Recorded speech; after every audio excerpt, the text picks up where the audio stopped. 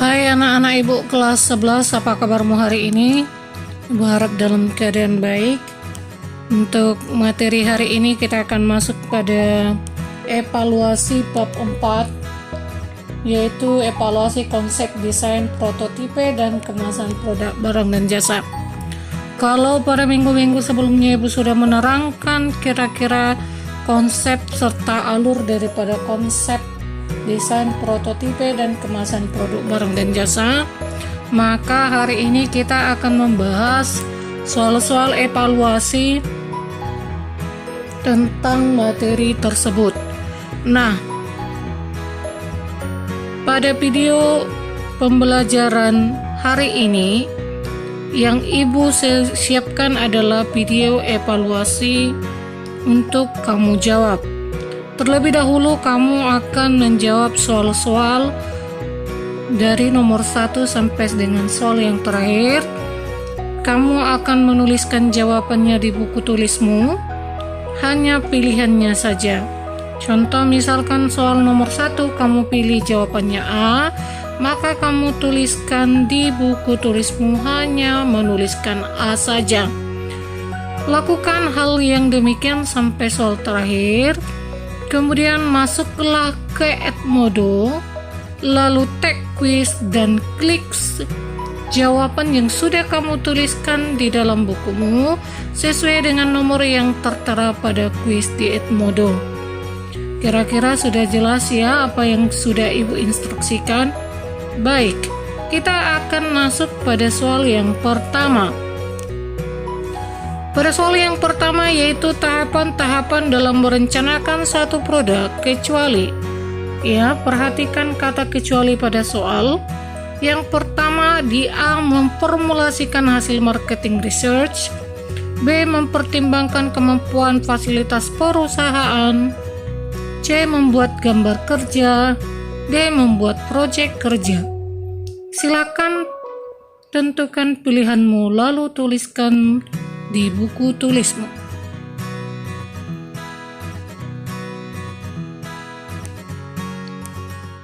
Kita lanjut pada soal nomor 2. Dalam riset pembuatan produk baru atau pengembangan produk yang sudah ada, perusahaan harus mempertimbangkan hal-hal sebagai berikut.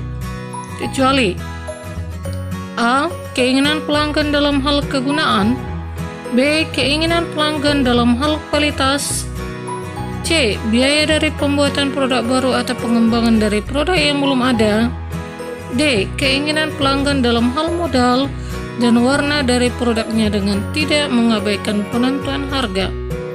Silakan dipilih yang mana kira-kira yang menjadi jawabanmu. Kita lanjut pada soal nomor 3.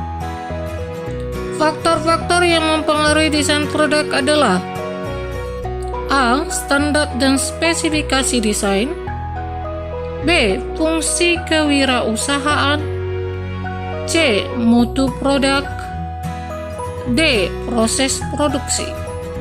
Di manakah kira-kira faktor yang mempengaruhi desain produk? Silakan tentukan pilihanmu.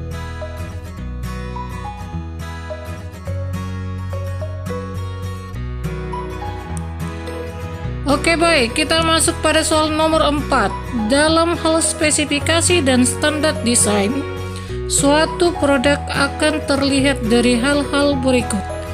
Kecuali apakah dari bahannya, dari bentuknya, dari harga, atau ukuran.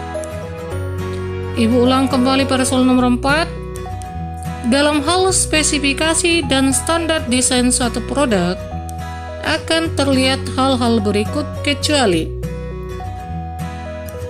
apakah di A. bahan, B. di bentuk, C. di harga, D. di ukuran. Tentukan jawabanmu. Di manakah letak daripada spesifikasi dan standar desain suatu produk? Kemudian lihatlah jawaban yang bukan, ya, yang karena yang ditanyanya adalah kecuali. Nomor 5. Pengawasan atas mutu suatu barang hasil produksi meliputi pengetahuan hal-hal berikut. Kecuali apa? A. Harga produk. B. Mencegah atau menghindarkan terjadinya kerusakan barang atau produk. C. Kendali mutu terpadu. D. Kerusakan dan mutu terpadu produk. Oke, silakan dilihat jawabannya yang bukan pengawasan atas mutu suatu barang hasil produksi. Yang bukan, ya, karena yang ditanya kecuali.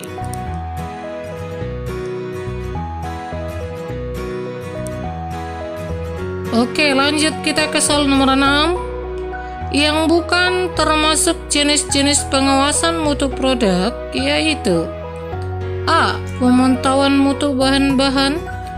B. Pemantauan proses produksi. C. Pemantauan produk jadi. D. Pemecahan masalah. Yang mana kira-kira ini nak? Yang bukan termasuk jenis-jenis pengawasan mutu produksi. Apakah di A, apakah di B, apakah di C, apakah di D? Yang bukan, ya. Berarti ini kalau yang ditanya kecuali dan bukan, kita harus tahu betul-betul apa yang dimaksud pada konten soal. Oke, nomor 7, ya. Alasan digunakan metode statistik dalam pengawasan mutu adalah sebagai berikut, kecuali, ya, metode statistik pengumpulan data, ya. Kenapa perlu itu dilaksanakan dalam pengawasan mutu? Yang ditanyanya adalah kecuali, ya. Kecuali A. Menghitung jumlah kerusakan barang dalam proses produksi. Pahami soalnya, ya. Berarti yang bukan alasannya, itu berarti itu soal nomor 7. B. Metode statistik dalam memberi gambaran tentang penyimpangan-penyimpangan. C. Peranan proses produksi. D. Alat kendali mutu. Yang mana kira-kira nak yang bukan menjadi alasan digunakan metode statistik dalam pengawasan mutu? Baik, setelah selesai kamu menuliskan pilihanmu di kelas di nomor 7, kita masuk pada soal nomor 8. Di bawah ini yang merupakan tujuan pembuatan alur kerja kecuali A. Meminimalkan biaya. B. Memaksimalkan proses pembuatan. C. Meminimalkan pemanfaatan pabrik dan perlengkapan. D. Meminimalkan perubahan dan nilai produksi. Yang ditanya yang bukan tujuan pembuatan alur kerja. Ini adalah semua dari nomor 1 sampai nomor 9 adalah sampai nomor terakhir kayaknya ini adalah soal-soal analisa, ya. Harus kamu analisa terlebih dahulu baru nanti kamu jawab. Oke. Setelah sudah kamu tuliskan, kita akan lanjut ke soal nomor 9.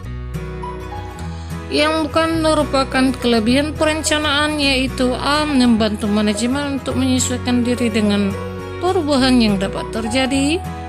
B. Membantu penempatan tanggung jawab secara tidak tepat. C. Meminimumkan pekerjaan yang tidak pasti. D. Menghemat waktu usaha dan dana. Ibu ulang sekali lagi, yang bukan merupakan kelebihan perencanaan, yang tidak termasuk kelebihan perencanaan itu maksudnya. Apakah A. Membantu manajemen untuk menyesuaikan diri dengan perubahan yang dapat terjadi. B. Membantu penempatan tanggung jawab secara tidak tepat. C. Meminimumkan pekerjaan yang tidak pasti. D. Menghemat waktu usaha dan dana. Kira-kira manakah jawabannya ini? Ya, yang merupakan kelebihan perencanaan. Oke, baik, kita masuk ke nomor 10. Yang merupakan kelemahan perencanaan, berarti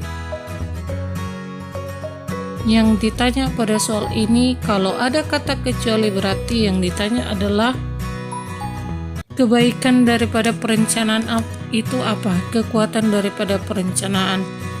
Pertama, menghemat waktu dan tenaga. Kemudian yang di B, perencanaan cenderung menunda kegiatan. Yang di C, perencanaan mungkin terlalu membatasi manajemen untuk berinisiatif dan berinovasi. Kemudian yang di D, pekerjaan yang tercakup dalam perencanaan terkadang berlebihan. Nah, silakan kamu tuliskan jawabanmu di soal nomor 10.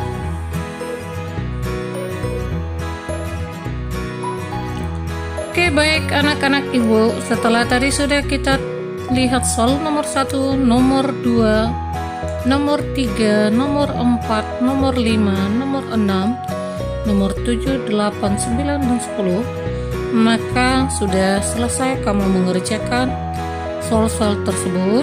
Jangan lupa untuk tag quiz di Edmodo. Kemudian kamu silakan memindahkan jawabanmu dengan mengklik sesuai dengan nomor di Edmodo. Jangan telat untuk mengerjakan karena batas pengerjaan sampai dengan jam 9 malam.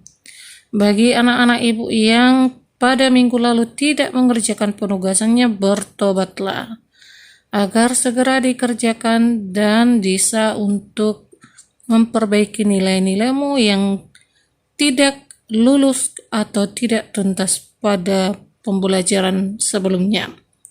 Demikian untuk pembelajaran kita hari ini. Ibu harapkan dapat berguna dan bermanfaat untuk kamu dan bisa kamu jadikan sebagai evaluasi dan latihan pembelajaran. Sampai jumpa di waktu dan di minggu yang akan datang.